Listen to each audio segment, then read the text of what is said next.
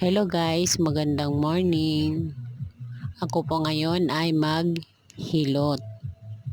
Hindi po ligid sa ating kalaman na ang mga bata ay sadyang may kalikutan at kakulitan. May mga nararamdaman sila sa kanilang katawan na hindi naman kailangan pa talaga painumin ng gamot. Kaya mahalaga din ang hilot or massage para sa kanila dahil ito ay isang therapeutic na magandang gagawin sa mga bata at kabataan. Mahalagang bagay po ito para sa kanila at para din sa atin.